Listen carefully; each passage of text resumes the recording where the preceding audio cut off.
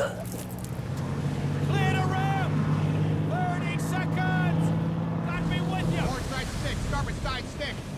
Move fast and clear those murder holes.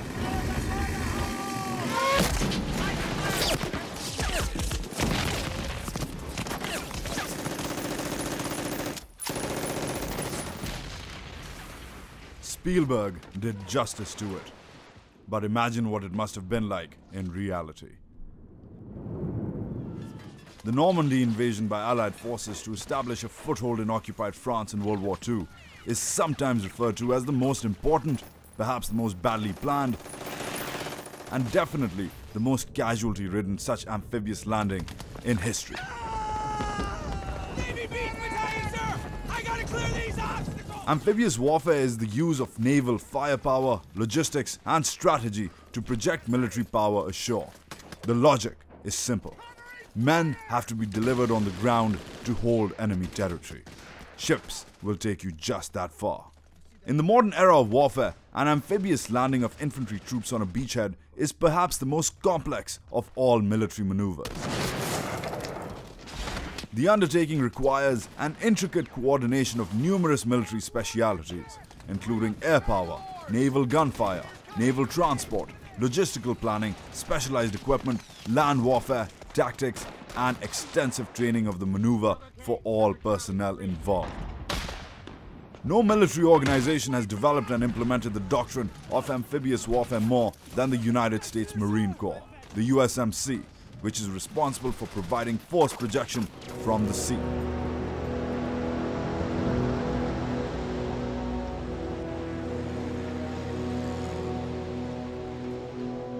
The Marines have served in every American armed conflict and attained prominence in the 20th century when their theories and practices of amphibious warfare proved largely successful and dominant in World War II.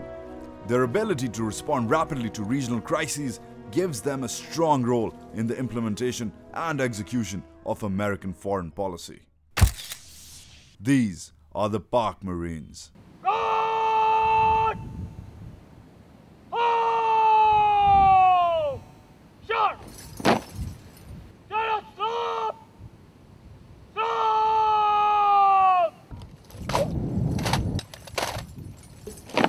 Pakistan established its own Marines outfit in 1971, consisting of a battalion and an amphibious wing to support operations in former East Pakistan. However, after the loss in the 71 war, the force was disbanded in order to reorganize the Pakistan Navy. The Marines were re-established as a fighting force in 1990.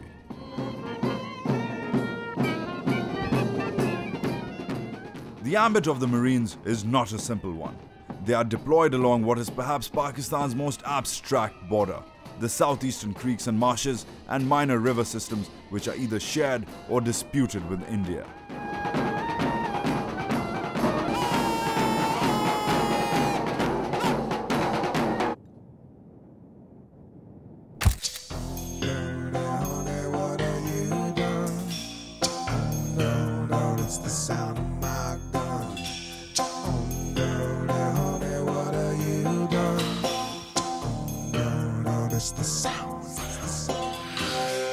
Thus, the mud walk camouflage. Because most natural environments would give away the location of troops, camouflage has become an essential part of modern military tactics. Critical because of the increase in accuracy and rate of fire of contemporary weapons, as well as the nature of covert operations which are planned for a terrain like this one.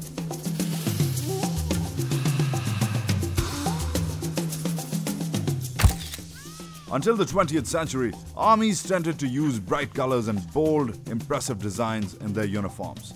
These were thought to daunt the enemy, foster unit cohesion, allow easier identification of units in the so-called fog of war, and attract recruits.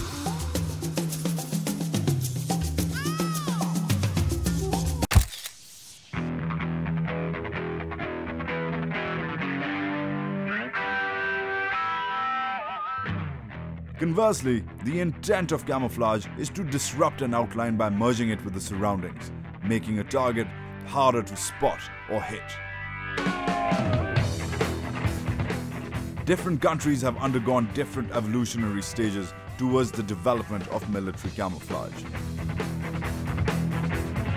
From the groundbreaking German tent to the fear-inspiring SS plane tree, to the iconic American woodland, to the desert-oriented chocolate chip, to the new age digital alpha, to even art, fashion, music and nature, camouflage is perceived as a basic defense against odds and enemies by merging with one's natural surroundings.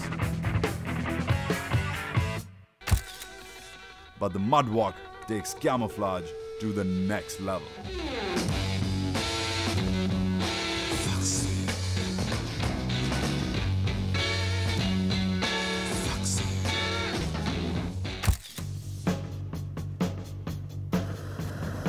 This looks like fun, but it goes beyond water sports.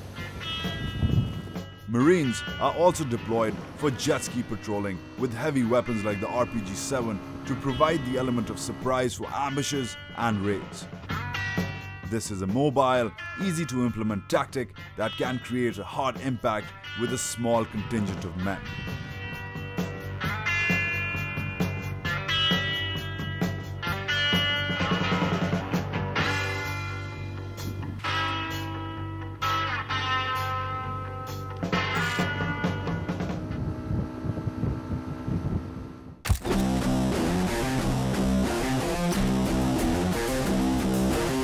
As importantly, much like their American counterparts, the Marines learn how to work in small units with varied weapons.